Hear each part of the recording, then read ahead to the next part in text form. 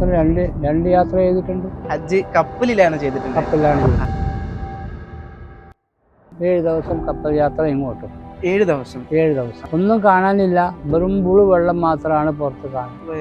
ഇത് എന്ന് പറഞ്ഞാൽ കപ്പലിലുള്ള ഒരു യാത്രയാണ്. അതെ അതെ. അപ്പൊ ഇതിന്റെ പ്രക്രിയ എങ്ങനെയാണ്, ഈ ഹജ്ജിന്റെ പ്രക്രിയ? ഇപ്പോഴത്തെ പാസ്പോർട്ട് ഒന്നല്ല, നിയമവും കാര്യമൊന്നും വേണ്ട. ഇതാണ് എൻ്റെ ആ യാത്രേന്റെ ഇതാണ്. ബന്ധുക്കളോട് കൂടി ഞാൻ ഈ കാര്യം ഒന്നും ആലോചിക്കാതെയാണ് പെട്ടെന്ന് ഞങ്ങളൊരു തീരുമാനം. அவங்க ആ സമയത്ത് പോകുമ്പോഴൊക്കെ കപ്പം തുണി വരെ നമ്മുടെ മുന്നിൽ കരുതിയിട്ടാണ് പോകുന്നത്. ഒരു ഭയവും ഇല്ല, നമുക്ക് സന്തോഷം മാത്രമാണ്. അന്ന് അവിടെ എത്തിക്കിട്ടിയാൽ മതി. കപ്പലിൽ നിന്ന് നല്ല ഒന്നാം തരം ഭക്ഷണം, അടിപൊളി നല്ല ഭക്ഷണം, നല്ല ഭക്ഷണം ഒന്ന് എത്തിക്കിട്ടിയാൽ മതി. അവിടെ ഒന്ന് ജിദ്ദയിൽ എത്തിക്കിട്ടിയാൽ മതി. അവിടെ എത്തിയപ്പോഴാണ് ത്യാഗം കൂടുതൽ മനസ്സിലായത്. ഇതേമാതിരി ഗവൺമെന്റ് സംവിധാനം ഒന്നും അന്നേരം ഇല്ല. റൂമില്ല, എന്നിട്ട് റൂമ് പരിധി പിടിക്കണം, നല്ല വാടക. ഇപ്പൊ കിട്ടിയാൽ മതി എന്നുള്ള വിചാരത്തിലായി എടുത്ത് ഞങ്ങൾ.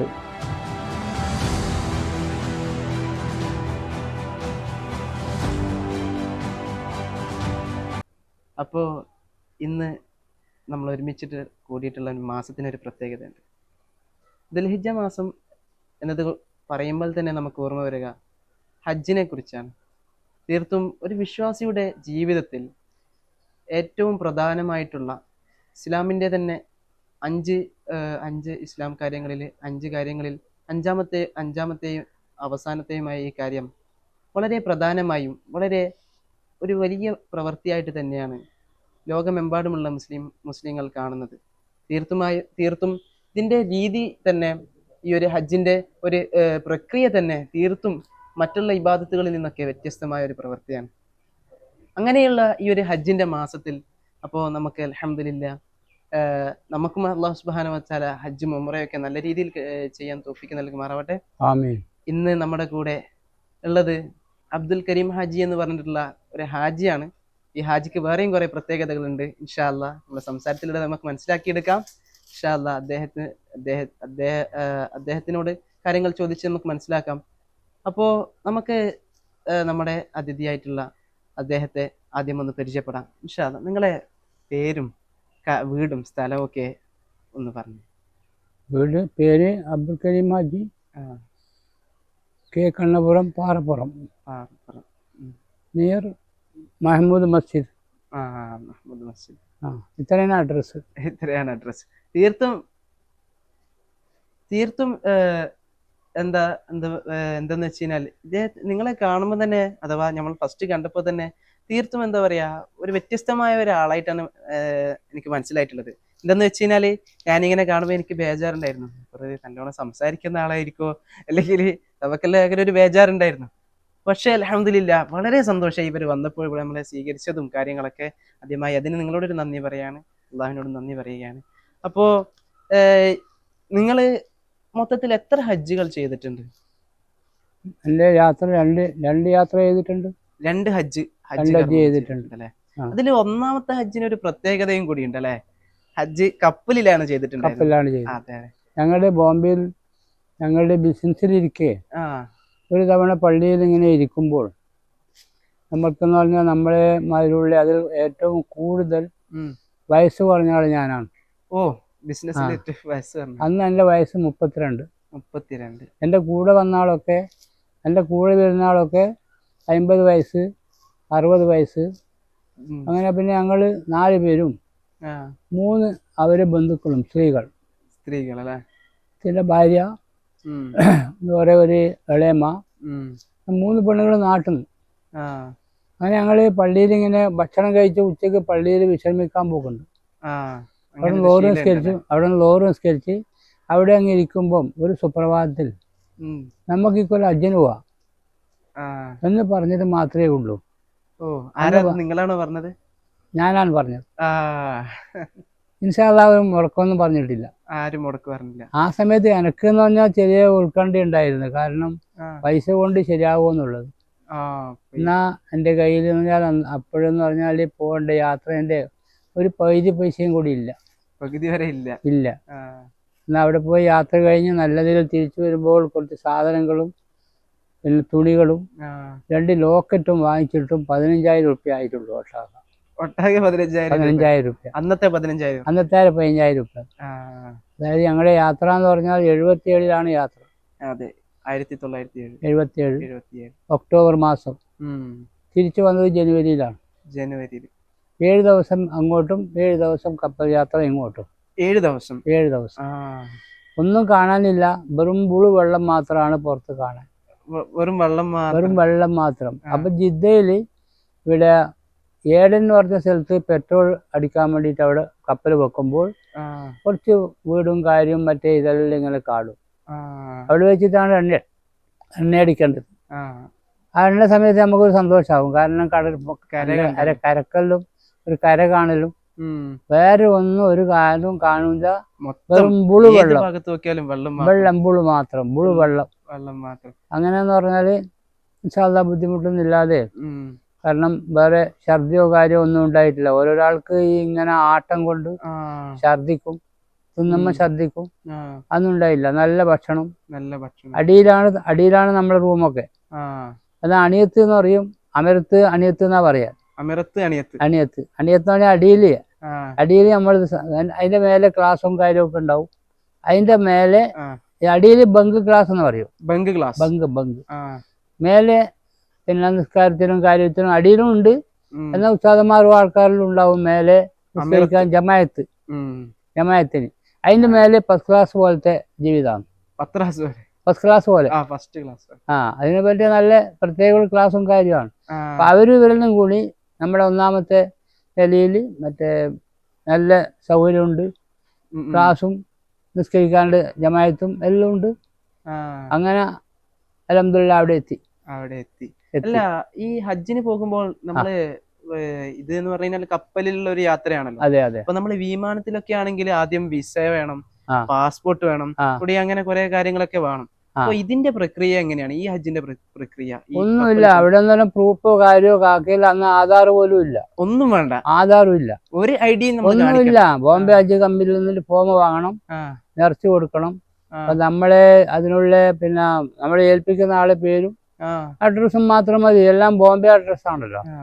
ഒന്നും വേറെ ഒരു നിയമപരമായിട്ട് തുച്ഛമായ എന്തേ വേണ്ടു, വേറെ ഒന്നും വേണ്ട. റേഷൻ കാർഡ് പോലും വേണ്ട. ആധാറും ഇല്ല അന്ന് ആധാറില്ല. 77-ലാണല്ലോ. അതിലൊന്നും അന്ന് യാത്ര. അന്ന് എൻ്റെ വയസ്സ് 32. അപ്പൊ ആഹ്ലാദമായ യാത്രയാണ്. ഞാനാണ് ഏറ്റവും ചെറിയ ആൾക്കാര്. കാരണം ലഗേജും സംബന്ധമായിട്ടും ബാക്കി സംബന്ധമായിട്ടും അറിയണമെങ്കിൽ ഒരുപാട് പറയാനുണ്ട്. ഈ പിലിഗ്രിമേജ് ബുക്ക് എന്ന് പറഞ്ഞൊരു പുസ്തകം ഉണ്ട് എന്നാ എനിക്ക് മനസ്സിലായത്. ആ പുസ്തകം നിങ്ങളുടെ അടുത്ത് ഇപ്പൊ ഉണ്ടോ? ഇപ്പൊ ഉണ്ട്. പിൽഗ്രിം അത് നമ്മൾ ഇപ്പോഴത്തെ പാസ്പോർട്ട് ഒന്നല്ല, അത് നിയമവും കാര്യമൊന്നും വേണ്ട. ഇതാണ് എൻ്റെ ആ യാത്രേന്റെ ഇതാണ്. അന്ന് ഞാൻ ഏറ്റവും ചെറിയ ഒരു എൻ്റെ ഫോട്ടോ കണ്ടാലും ഞാൻ ഇന്നത്തവനാണോ അന്ന് നിങ്ങൾക്ക് മനസ്സിലാക്കാം. കണ്ടില്ലേ? ഇതാണ് 77 ഒക്ടോബർ. ഇതാണ് യാത്ര ചെയ്യുന്നത്. ജനുവരിയിൽ തിരിച്ചു വരുന്നു. ഒരു പാസ്പോർട്ട് ഒന്നും അല്ല, പിലിഗ്രിമേജ് ബുക്ക് എന്ന് പറഞ്ഞു. പിലിഗ്രിം ബുക്കായാലും ഗവൺമെന്റിന്റെ ഇതിന്റെ ഒത്ത് സീലും കാര്യമൊക്കെ ഉണ്ട്. ഗവൺമെന്റിന്റെ സീലും കാര്യം എല്ലാം. നൂർജാൻ പിന്നെ അക്ബർ നൂർജാൻ 2 കപ്പലാണ് അങ്ങോട്ടും ഇങ്ങോട്ടും പോകുന്നത്. ഞങ്ങൾ പോയത് നൂർജാൻ കപ്പലിലാണ്. അക്ബർ നൂർജഹാൻ 2 കപ്പലാണ്. നൂർജഹാൻ എന്റെ യാത്ര നൂർജാൻ കപ്പൽ. അല്ല, നമുക്ക് സ്വാഭാവികമായിട്ട് അറിയാം, ഒരു ഇത് കടലിലുള്ള ഒരു യാത്രയാണ് കപ്പൽ എന്ന് പറഞ്ഞു കഴിഞ്ഞാല്. അതും 7 ദിവസങ്ങളൊക്കെ ആയിട്ട്. അല്ലാണ്ട് നമ്മൾ പൊതുവെ ഇങ്ങനെ കടലിലുള്ള യാത്ര ഭീകരപ്പെടുത്തുന്ന ഭീതിയുള്ള ഒരു യാത്രയാണ്. കടൽ കൊള്ളക്കാരെ തുടങ്ങിയ കാര്യങ്ങളൊക്കെ കൊണ്ട് ഭീതിയുള്ള ഒരു യാത്രയാണ്. അങ്ങനെ ഉള്ള ഒരു സാഹചര്യം. അത് മാത്രമല്ല, കടലാണ്, വെള്ളമാണ്, ഒരു ഭാഗത്തും എന്താ പറയാ ഒന്ന് അഭയം പ്രാപിക്കാനുള്ള ഒരു സ്ഥലം പോലും ഇല്ലാത്തൊരു സാഹചര്യമാണ്. ഈ ഒരു രീതിയിൽ, ഈ ഒരു അവസ്ഥയെല്ലാം അറിഞ്ഞിട്ടും ഹജ്ജിന് പോകാന്നുള്ള തീരുമാനം എടുത്തത് എങ്ങനെയായിരുന്നു? അന്നേരം ബാക്കിയുള്ളവർക്കൊന്നും ഒരു ബുദ്ധിമുട്ടില്ലാതെ പെട്ടെന്നുള്ള ഒരു തീരുമാനമായിരുന്നു? ബന്ധുക്കളോട് പോലും അന്വേഷിക്കാതെ അന്ന് മറ്റേ വിവാഹം ചെയ്തിട്ടുണ്ട്. രണ്ടാമത്തെ മകൾ പിറന്നിട്ടില്ല. എന്നാലും ഭാര്യ അമലിലാണ് അന്നേരം. അപ്പം പറഞ്ഞു വന്നത് കാര്യം, കാരണം ബന്ധുക്കളോട് കൂടി ഞാൻ ഈ കാര്യം ഒന്നും ആലോചിക്കാതെയാണ് പെട്ടെന്ന് ഞങ്ങളൊരു തീരുമാനം എടുത്തപ്പം കടലിൽ പോകുന്നതാണ്. ആ രീതിയിലുള്ള ഭയമൊന്നും ഇല്ലേ? ഒരു ഭയവും ഇല്ല, നമുക്ക് സന്തോഷം മാത്രമാണ്. അന്ന് അവിടെ എത്തിക്കിട്ടിയാൽ മതി. ഒന്നും അങ്ങനത്തെ ഭയവും ഇല്ല. കാരണം அவங்க ആ സമയത്ത് പോകുമ്പോഴൊക്കെ കപ്പൻ തുണി വരെ നമ്മുടെ മുന്നിൽ കരുതിയിട്ടാണ് പോകുന്നത്. അതെ അതെ. കപ്പൻ തുണിയൊക്കെ കാരണം പെട്ടെന്ന് എന്തോ സംഭവിച്ചു പോയി കഴിഞ്ഞാൽ അവിടെ നിന്ന് തന്നെ കപ്പൻ ചെയ്തിട്ട് കടലിലേക്ക് അങ്ങ് ഒഴുക്കി വിടും. അതാണ് അതിൻ്റെ ഇത്. അവിടെ താമസിക്കില്ല പിന്നെ. ഇതൊക്കെ മുന്നേ അറിഞ്ഞിട്ടും ആ ഒരു തീരുമാനം എടുക്കാൻ കഴിയാന്ന് പറഞ്ഞാല് ഇല്ല, അങ്ങനെയല്ല. എല്ലാവർക്കും സന്തോഷം തന്നെയാണ് പോണം ഈ രീതിയിലാണല്ലേ. അങ്ങനെയാണ്. അപ്പോ ഈ യാത്രയിലെ അനുഭവങ്ങളൊക്കെ എങ്ങനെയാണ്? അപ്പോ ഇങ്ങനെ യാത്ര പോകുന്നതെന്ന് കുടുംബക്കാരോടൊക്കെ പറഞ്ഞപ്പോൾ അവരെന്തെങ്കിലും എങ്ങനെ ഏതൊരു രീതിയിലാണ് പ്രതികരിച്ചത്? അവർക്കും പറഞ്ഞാൽ പൊതുവെ സന്തോഷം തന്നെയാണ്. കാരണം മുഴുവൻ സപ്പോർട്ട് ഭാര്യ ഭാഗത്തുനിന്നും നമ്മുടെ കുടുംബ ഭാഗത്തുനിന്നും എല്ലാവർക്കും സന്തോഷമാണ് അവർക്ക്. കാരണം ഇത്ര ചെറുപ്പത്തിലെ ഒരു തീരുമാനം എടുത്തല്ലോ എന്നുള്ളത്. എന്നിട്ട് നാട്ടിൽ വന്ന് എല്ലാരും കണ്ട് എന്നിട്ട് ഉടൻ തന്നെ ബോംബെയിൽ പോയി അവിടെ നിന്നാണ് യാത്ര. അപ്പോ ഈ യാത്ര എന്ന് പറയുമ്പോൾ കപ്പലില് ഈ ഭക്ഷണത്തിന്റെ അല്ലെങ്കിൽ ഭക്ഷണം അതേപോലെ തന്നെ സൗകര്യം, ഒരു നിസ്കാരത്തിന്റെ സൗകര്യം, ഇതാണ് ഒരു ദിവസത്തിൽ ഒരു മുസ്ലിമായ ആൾക്ക് ജീവിക്കാൻ വേണ്ടിയിട്ട് ഏറ്റവും നിർബന്ധമായിട്ടുള്ള കാര്യങ്ങൾ. ഭക്ഷണവും നിസ്കാരം, ഇതിന്റെ സൗകര്യങ്ങളൊക്കെ എങ്ങനെയായിരുന്നു? ഭക്ഷണം കപ്പലിന് നല്ല ഒന്നാം തരം ഭക്ഷണം, രാവിലെ സമയത്ത് നാസ്ത, രാവിലെ നമ്മുടെ ചിന്തകൾ ചായക്ക് വേണ്ടിയിട്ട് നമ്മളെ സൗദി റിയാൽ തന്നിട്ടുണ്ട്. അത് ചായ കുടിക്കണമെങ്കിൽ അതിൽ കപ്പൽ തന്നെ സൗകര്യമുണ്ട്. ചായയും സിംഗിൾ ചായയും. ബാക്കി പിന്നെ നാസ്ത, ഉച്ചക്ക് ഭക്ഷണം, വൈകുന്നേരം അവരെ വകയിലൊരു നാസ്ത, രാത്രി ഭക്ഷണം. അടിപൊളി നല്ല ഭക്ഷണം, നല്ല ഭക്ഷണം. ഈ നാളെ നമ്മളെ പിന്നെ ഈ ബാസ്മതി റൈസ് എന്ന് പറഞ്ഞിട്ട് നീളമുള്ള റൈസ് ഇല്ലേ, അതിന്റെ ചോറും ഇതെല്ലാം. നിസ്കാരം അങ്ങനെയല്ല, നിസ്കാരത്തിന്റെ സമയമാകുമ്പം മണിയടിക്കും, അലാറം മുഴങ്ങും. അലാറം മുഴങ്ങുന്ന സമയത്തില്ലേ, മുഴങ്ങുമ്പം എല്ലാരും പോയിക്കോളെ നമ്മളെ പടവ് എടുത്തിട്ട് പോയ ഇമാമുണ്ടാവും. ഈ യാത്രക്കാരനിൽപ്പെട്ട ആളിന് ഇമാമനുണ്ടാവും. അവർ ഇമാമുക്കും നമസ്കരിച്ച് കുറച്ച് സംസാരിക്കുകയും ചെയ്യും. നമ്മളെ കാര്യത്തെ സംബന്ധിച്ചിട്ട് വളരെ സന്തോഷപൂർവ്വമായിട്ടുള്ള ഒരു യാത്രയാണ്. ദിവസം ഉണ്ടല്ല, 7 ദിവസം. എങ്ങനെ 7 ദിവസം പോയെന്ന് മനസ്സിലാക്കാൻ പറ്റില്ല. അത്ര ആഹ്ലാദമായ നല്ല യാത്രയാണ്. ഈ സ്ത്രീകളെല്ലാം ഈ പുരുഷന്മാരെ ബാക്കിൽ തന്നെയാണോ ജമാഅത്ത്? അല്ല, അവർക്കൊന്നും ജമാഅത്തല്ല. അവർക്ക് ബാക്കിൽ ഓരോ സ്റ്റെപ്പ് ഉണ്ടാവും. അവർക്ക് വേറെ നമുക്ക് വേറെ. അങ്ങനെയാ. അപ്പൊ ഈ യാത്രയില് എന്താ പറയാ, മറക്കാൻ പറ്റാത്ത സന്തോഷകരമായ അനുഭവം എന്താ നിങ്ങളോട് ചോദിച്ചാൽ നിങ്ങൾക്ക് എന്താ പറയാൻ പറ്റുക? ഇതുപോലെ മറക്കാൻ പറ്റാതെ ഈ യാത്രയിൽ മറക്കാൻ പറ്റാത്ത യാത്ര സാധാരണ യാത്ര തന്നെയാണ്. പിന്നെ ഇത് അനുഭവമാണ്. പൊതുവെ എല്ലാം അനുഭവമെല്ലാം നമ്മ പങ്കിടാനേ പറ്റുള്ളൂ.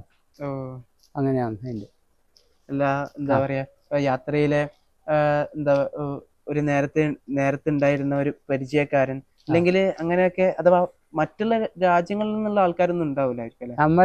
നമ്മളെ ഇതെന്ന് പറഞ്ഞാൽ അമ്മ കൊടുത്ത ഈ ഫോമിന്റെ അടിസ്ഥാനത്തിൽ നമ്മളെ റൂമും കാര്യവും ഒക്കെ ഉണ്ടല്ലോ, എല്ലാം പിന്നെ ഒരു റൂമിന്റെ ഉള്ളില് അപ്പുറം ഇപ്പുറമായിട്ട് വണ്ടിയുടെ സീറ്റ് പോലെ തന്നെ ട്രെയിനിൽ യാത്ര ചെയ്തില്ലേ, അപ്പൊ നമ്മ മേലേക്ക് കിടക്കും അടിയിലും കിടക്കുന്ന അങ്ങനെ അവര് ഇതിൽ കൂടിയിട്ടുണ്ടാവാൻ. അങ്ങനെയാണ് യാത്ര. അങ്ങനെ യാത്ര. ഈ യാത്രയിൽ അങ്ങനെ പേടിപ്പെടുത്തുന്ന രീതിയിലോ അല്ലെങ്കിൽ ആകെ ഓർക്കുമ്പോൾ തന്നെ ഒരു ബേജാറായിട്ടുള്ള രീതിയിലുള്ള എന്തെങ്കിലും അനുഭവങ്ങൾ ഉണ്ടായിരുന്നു? ഒന്നുമില്ല. ഒന്ന് എത്തിക്കിട്ടിയാൽ മതി, അവിടെ വന്ന് ജിദ്ദയിൽ എത്തിക്കിട്ടിയാൽ മതി. എത്തിക്കിട്ടിയാൽ മതി. അല്ല, ഞാനിങ്ങനെ ഹജ്ജിന്റെ എന്താ പറയാ, ഹജ്ജിന്റെ അനുഭവങ്ങൾ എഴുതി ഒരുപാട് പുസ്തകങ്ങളെല്ലാം വായിക്കുമ്പോൾ ഇങ്ങനെ കാണാൻ പറ്റും. പണ്ട് കപ്പലിൽ പോയ അനുഭവങ്ങളെല്ലാം പറയുമ്പോൾ ചില സാഹചര്യത്തിൽ ഈ എഴുത്തുകാരൻ ഇങ്ങനെ പറയും, ചില സമയത്ത് ഇങ്ങനെ ഈ ഒരു പുസ്തകങ്ങള്, ഞാനിങ്ങനെ ഒരുപാട് പുസ്തകങ്ങൾ ഇങ്ങനെ വായിച്ച സമയത്ത് ഹജ്ജിന്റെ അനുഭവങ്ങളൊക്കെ പറയുന്ന പുസ്തകങ്ങൾ ഇങ്ങനെ വായിക്കാറുണ്ട്. നല്ല രസമാണ് ഇങ്ങനെ വായിക്കാൻ ഓരോരുത്തരുടെ അനുഭവങ്ങള്, പിന്നെ അവരെ വിശദീകരണം എല്ലാം വേറെ തന്നെ ഒരു രസമാണല്ലോ. അങ്ങനെയുള്ള ഒരു പുസ്തകത്തിൽ ഇങ്ങനെ വായിച്ചപ്പോ ചില പുസ്തകങ്ങളിൽ ഇങ്ങനെ കാണാം എഴുത്തുകാരൻ ഇങ്ങനെ പറയുന്നതായിട്ടാണ്, ഈ ഒരു സാഹചര്യത്തെ ഇപ്പോ കടലിങ്ങനെ ആകെ പ്രക്ഷോഭിച്ചു, കടലാകെ കൊടുമ്പിരി കൊണ്ടു, എന്നിട്ട് യാത്രയൊന്ന് തിരിച്ചാ മതി അല്ലെങ്കിൽ ഒന്ന് തിരിച്ചു പോയാലോ, നാട്ടിലേക്ക് തിരിച്ചു പോയാലോ എന്ന് തോന്നുന്ന ഒരു സാഹചര്യം ഉണ്ടായി എന്നൊക്കെ പറയുന്നതായിട്ട് കാണാം. നിങ്ങൾക്ക് അങ്ങനെ എന്തെങ്കിലും രീതി? നമ്മൾക്കൊന്നും ഉണ്ടായിട്ടില്ല അങ്ങനത്തെ. നമ്മളെല്ലാവരും നമ്മളെ കുടുംബപരമായ പല കാര്യങ്ങൾ ചർച്ച ചെയ്യും, സംസാരിക്കും. സമയം കിട്ടുമ്പോൾ മേലെ പോയിട്ട് ക്ലാസ് ഉണ്ടാവുമല്ലോ, അതിലെല്ലാം നമ്മുടെ സമയം അങ്ങ് കഴിഞ്ഞു പോകും. കഴിഞ്ഞു പോകും അല്ലെ. ഉം. മൊത്തത്തിൽ ഒരു വീട്ടിലുള്ള ഒരു പ്രതീതി അതെ അതെ. തന്നെ ആ സംസാരം. കാരണം പോകുന്ന സമയത്തൊക്കെ ഈ കൊണ്ടുപോകേണ്ട സാധനങ്ങളൊക്കെ സ്വരൂപരിച്ച കാര്യം നോക്കാന്ന് പറഞ്ഞാൽ അരി മുതൽ പൊരി വരെ എന്ന് പറഞ്ഞ മാതിരി പല സാധനങ്ങളും സ്വരൂപരിക്കണം.